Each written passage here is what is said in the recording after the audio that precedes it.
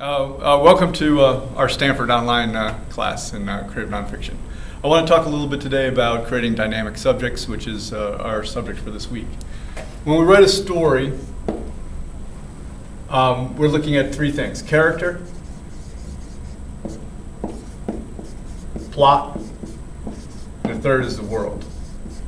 But when we're talking about dynamics, what we're really talking about is action. We're talking about energy. We're talking about the dynamic possibilities that come out of the elements that we're bringing together that really lift our writing off the page. This is what makes writing really interesting. And for that, I want to talk principally about character and plot. So this is a little drawing I do for a character. Draw this circle. We can consider the character, the way the character looks, to be the outside, but there's something inside the character, something that makes that character tick.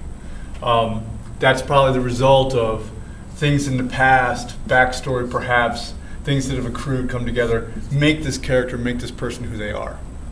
And they have what we can term internal conflicts. They have motivation. Conflict, motivation. Everyone will talk about characters in this way. The character wants something very much. What happens in a story is we find that there's going to be a reaction between character and plot. They're going to come together. So plot is something that acts against that character. The character has a motivation, wants something. Plot collides with character, and that collision creates energy, and that's the energy of our story. So like, for example, this is going to be a silly example, but let's say our character here really wants a cup of coffee.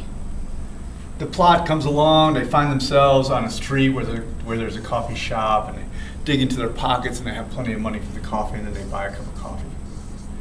That story does not have very much energy because the plot and the character are both moving in the same direction. Plot with a little bit more energy, Grant's still on the silly side. We have a character who wants coffee, but they're in a town with no coffee shops. When they dig in their pockets, they don't have any change for a cup of coffee. Now we have a conflict.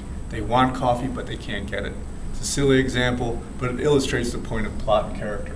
The more the plot really collides with the motivation of the character, the more energy that you create.